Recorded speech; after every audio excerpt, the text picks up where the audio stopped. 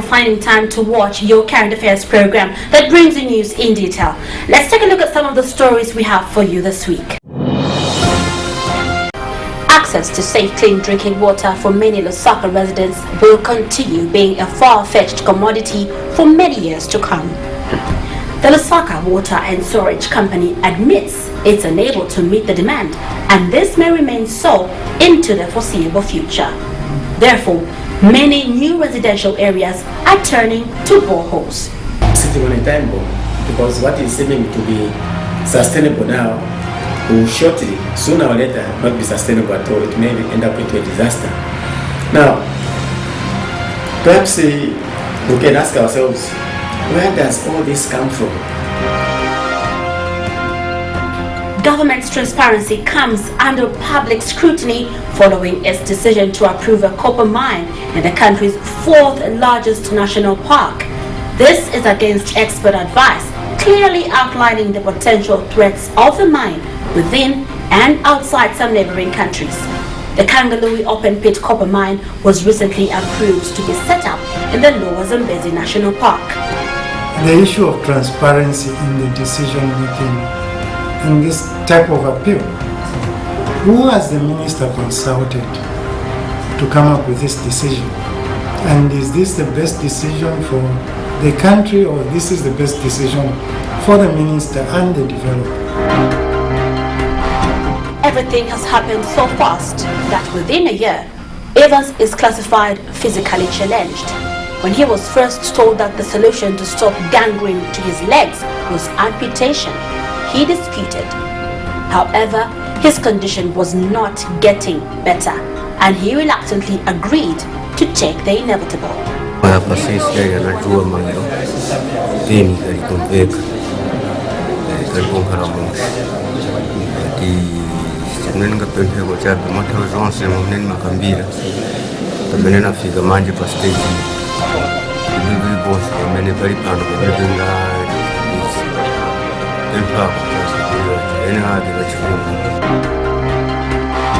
Government's decision to approve the establishment of an open-pit copper mine in the Lower Zambezi National Park faces court action from a concerned citizen. The approval of the Kangalui mine project overturns the Zambia Environmental Management Agency rejection of the same due to a number of safety concerns.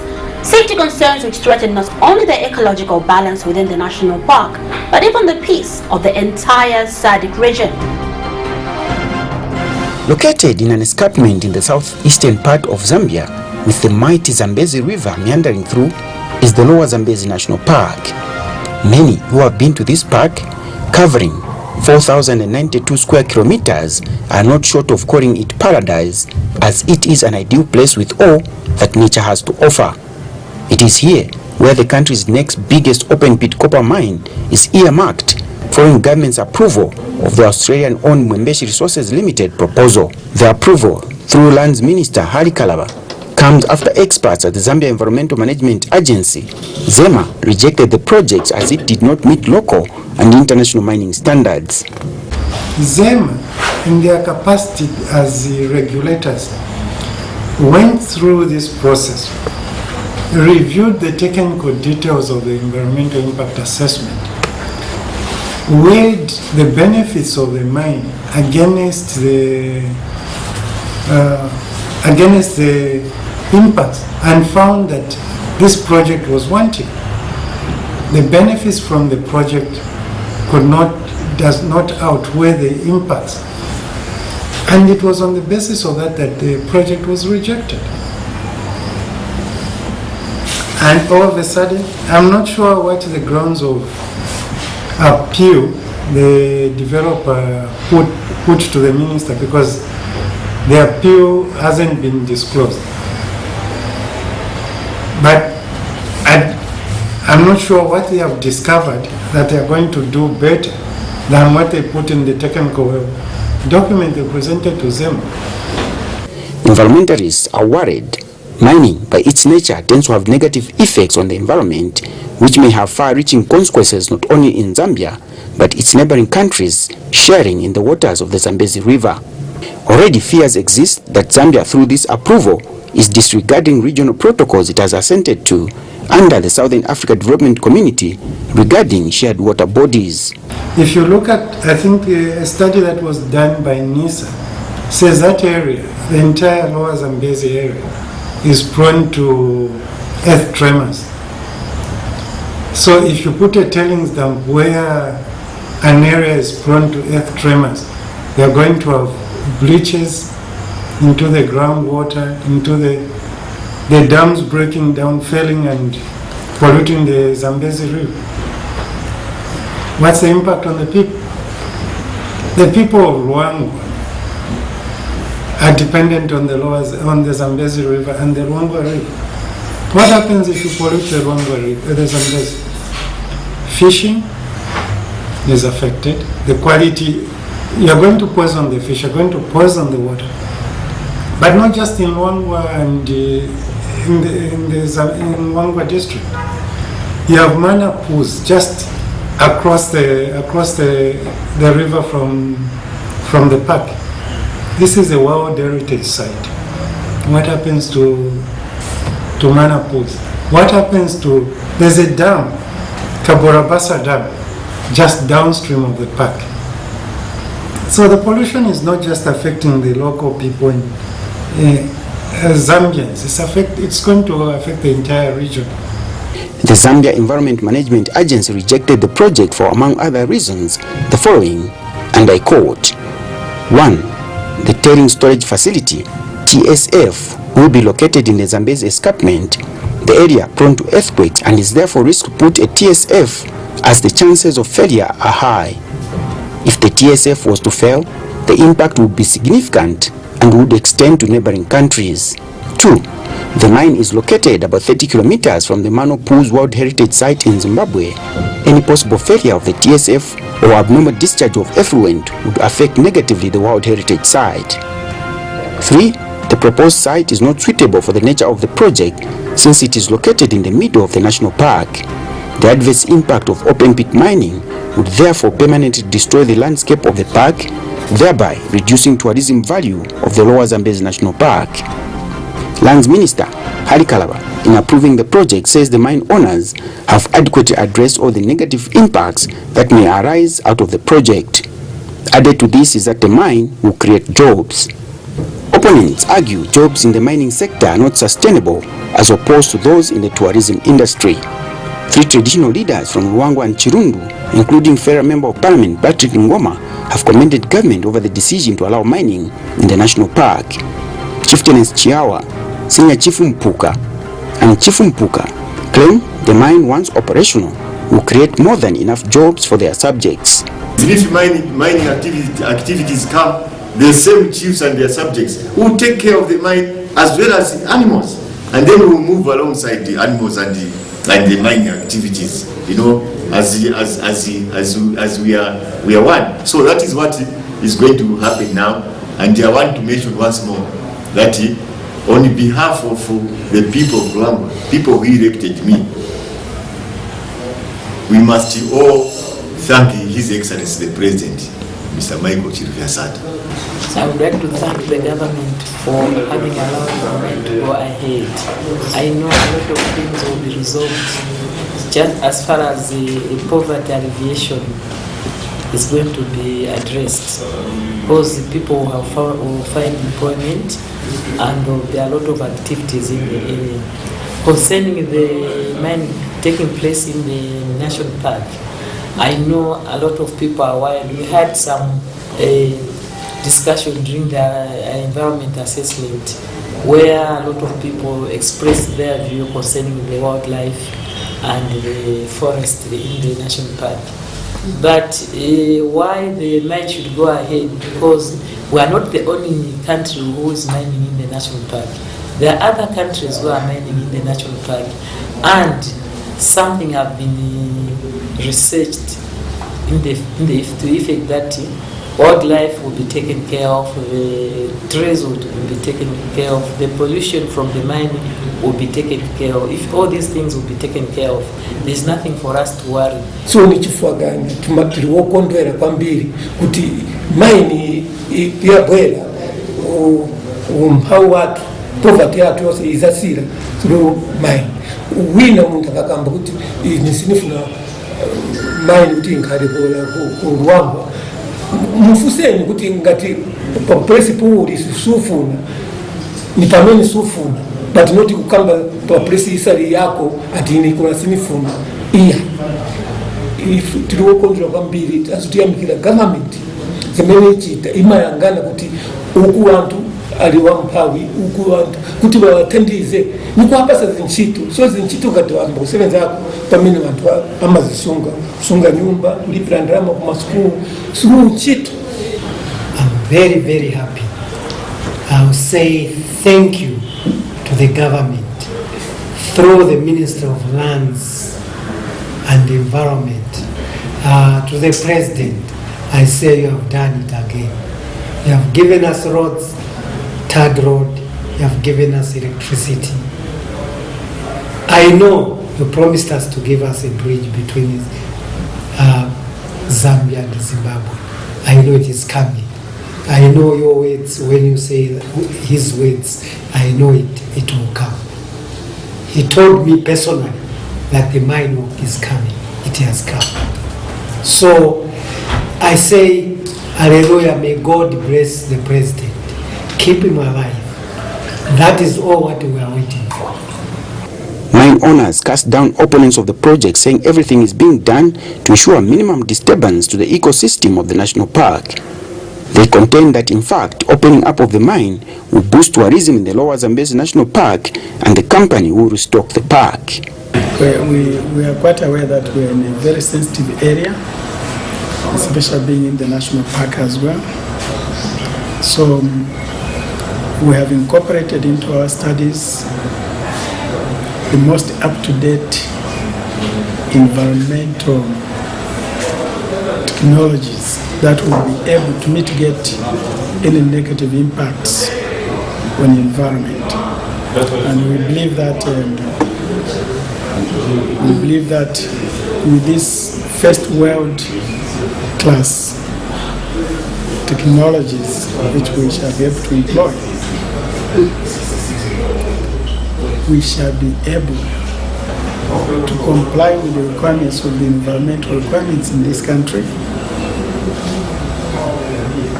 above that which is required by our environmental laws in Zambia, which are operate above it. In the initial 2 years of operations, about 500 people will be employed at the mine, projected to have a lifespan of over 30 years.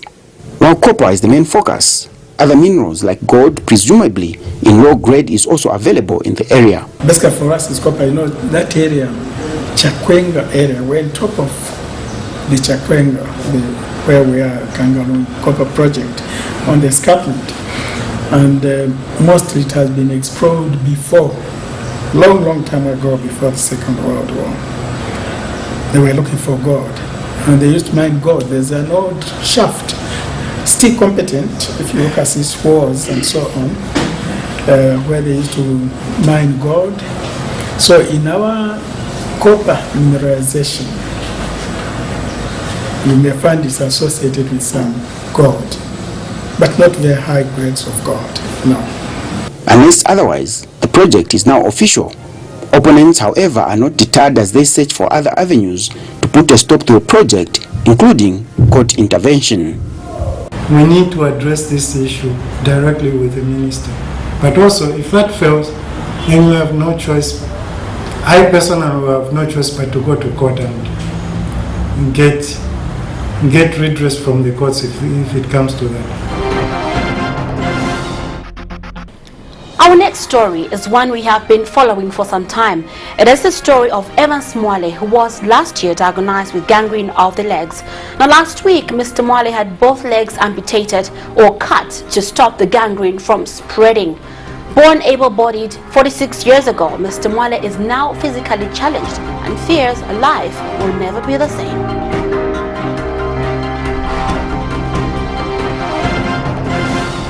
It was just a matter of time. Evans Mwale had to make probably the most difficult decision ever in his life. After being diagnosed with gangrene of the legs, it was either to accept amputation or live with the disease and allow it to spread. amputation was not his choice from the word go. He still had some hope something else could be done about his condition. The thought of losing both his legs was too much to bear.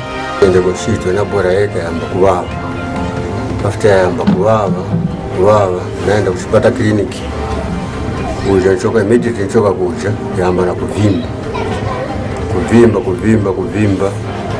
kapa mwamba manje yabwera monga nuje muntu wapyana muliro nero bweba pulika mwachuka manzi ndikuyamba vironda but this vananga mbati iyi disease imabwera chifukwa chafwaka, so from today imamusiye kubema fwaka wasira.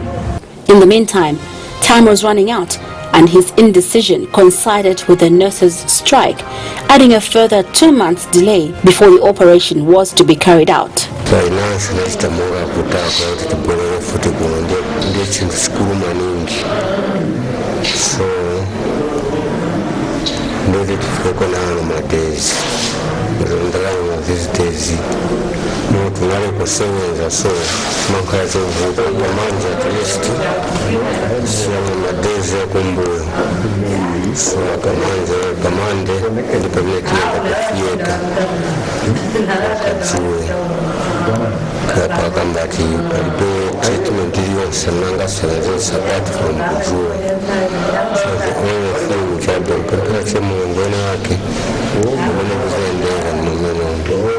After numerous medical advices, Mr. Mwale had to face his worst fear: amputation. 26 January 2014 will be a day Evans Mwale will remember for the rest of his life, as this day changed his status from able-bodied person to physically challenged. While Mr. Mwale was undergoing the operation at the UTH a few kilometers in Chilanje Township, Mr. Goma was busy putting final touches to a concrete pit latrine seat he intends to donate to Mr. Mwale to alleviate his difficulties when nature calls. Mr. Goma was touched with Mr. Mwale's appeal to well-wishers and the difficulty he will now have to face as a physically challenged person when going to the toilet. Vuta wa jamuna, pamina bwana unapativa tuwazani juwa mendo, sinzambo kwa nisa chonkala. So aina bwana, Shintu, beta waenda warangiza changa tuanga kwanise, wanga senze seninga hapa seko. Mwana, posi chamona kama bati kunkara panse, sini kwanisa. So nazata, pari mairo chidipariwa. Muza vinsi mazibika. So asana chita decide tenwe, dekani kameka ripaka, niwa paseko. UTH management is confident Mr. Mwale will make full recovery, as in the meantime remains admitted for observation and additional care. If they want to unwell, it was within our acceptable standard of time that it was done, and we hope that he can get better soon. As the hospital, we are so proud that we've done also this for him, because now that very soon he's going to get back home. But otherwise, for now, he is stable, he's getting out of bed, and doing most of the things for himself. It is a process now. He has to be mobilized of the therapists. He has to be put on certain gadgets that could help him just start to take on 1 or 2 steps. So until when we're satisfied that he's able to do that on his own, that's when he'll be allowed to go home. Mr. Mwale continues his appeal to well-wishers, especially for artificial limbs, to help his mobility.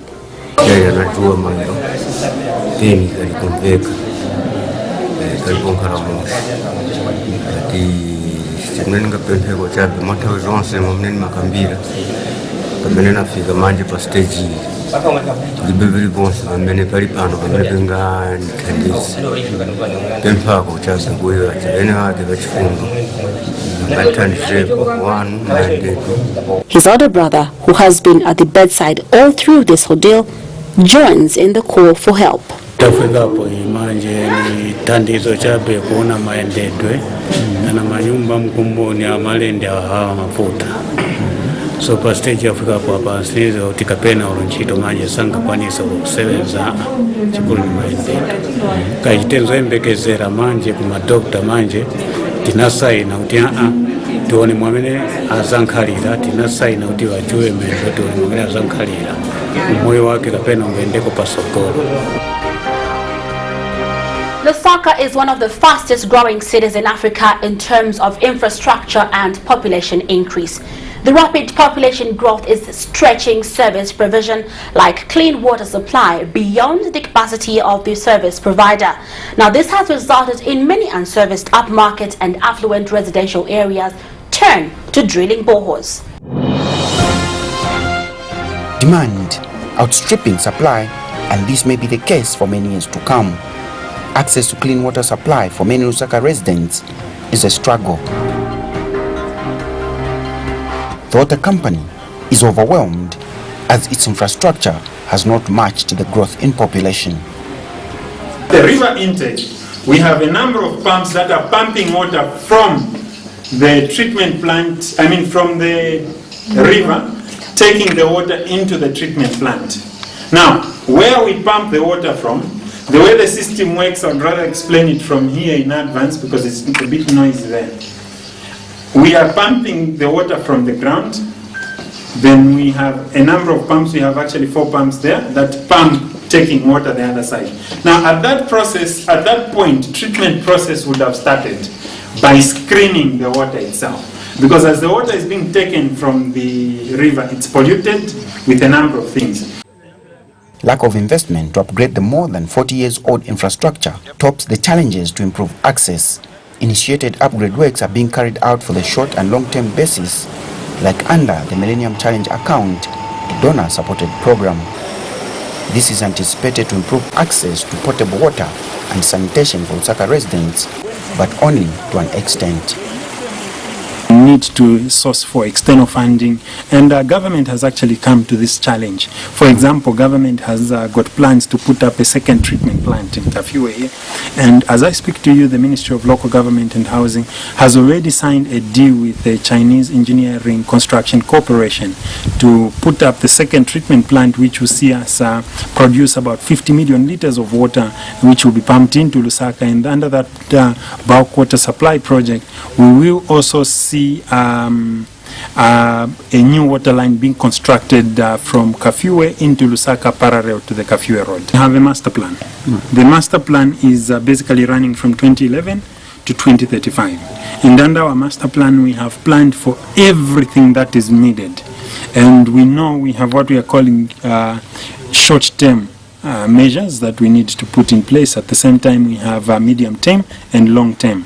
At the end of the day, come 2035, demand is estimated at around 970 million liters per day. That's the estimated demand for 2035. Right. Yeah, that's the estimated demand for 2035. Now, once we have the financing, we will be able to do all these projects. Now, this is the key, is for us to amass more investment in the water sector. And I am happy to tell you that government has been standing to the challenge of doing this, and really they are doing everything possible to make sure that this financing comes in. Currently, we are having a lot of consultations and meetings with various stakeholders, that potential stakeholders to invest in various sectors, in the water sector and the sanitation sector. Many unserviced areas are looking to alternative sources like shallow wells and dams. Unserviced new residential areas have found sinking boreholes a solution. However, many do not follow guidelines, raising concerns and fears of people getting access to water which may be endangering their lives. We are very concerned about what is happening, where people are drilling boreholes without probably even testing the quality of the water. If you have a private borehole, we encourage people to take these the water samples, for example, to a number of institutions. I will give you examples. The University of Zambia, for example, will carry out tests to check the quality of your water. Lusaka Water can also check the quality of your water, and there are other many laboratories that are able to do this and advise you accordingly.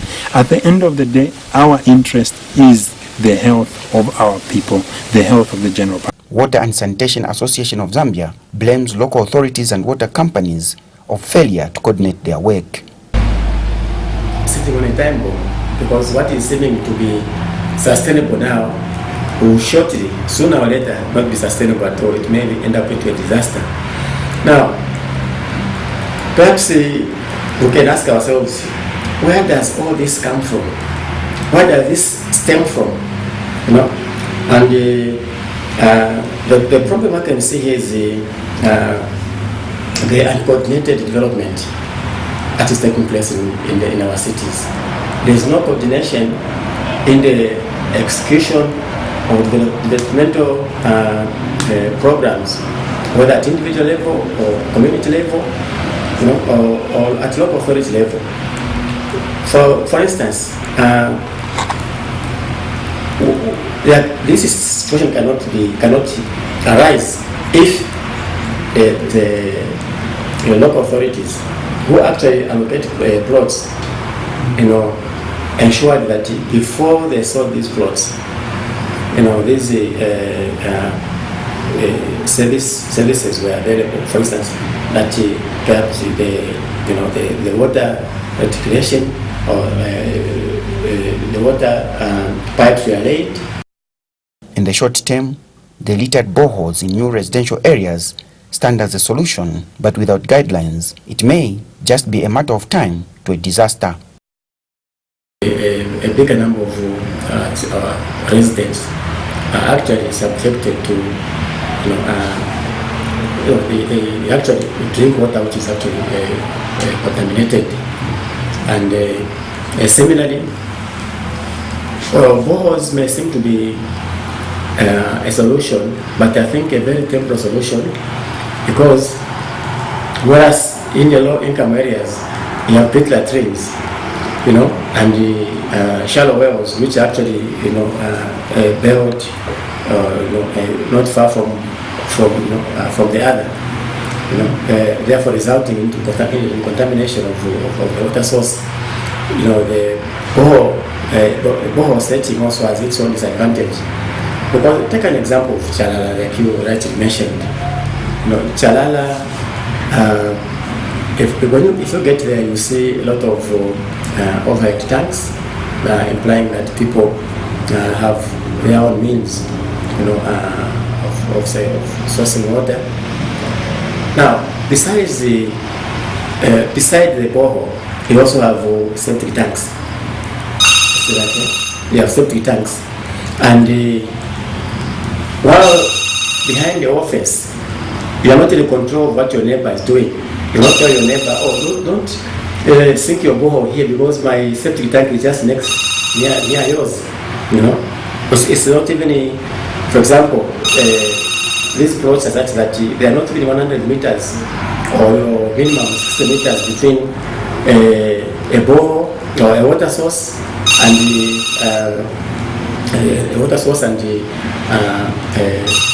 sanitation facility. It means that a number of boreholes potentially, you know, could have water which is not actually clean, which is contaminated. Unless measures are put in place now to stop the practice and increase on the capacity of the Lusaka Water and Storage Company to provide water as it is mandated, people will continue to look to other alternatives and ensure they access water at all cost. It's now time to test how well you know your current affairs. This week the question we're asking is, who is the Inspector General of Police? No, I don't. Inspector General of Police. I can try. Is it Dr. Jerry? Yes, Stella Libongani. Right, thank you. Yeah. Well, some of them thought that was easy. The answer to that question is Stella Libongani. The Inspector General of Police is Stella Libongani. Don't be caught unawares. Make sure you watch Movie TV News and The Scoop to be up to date with what's happening in the country.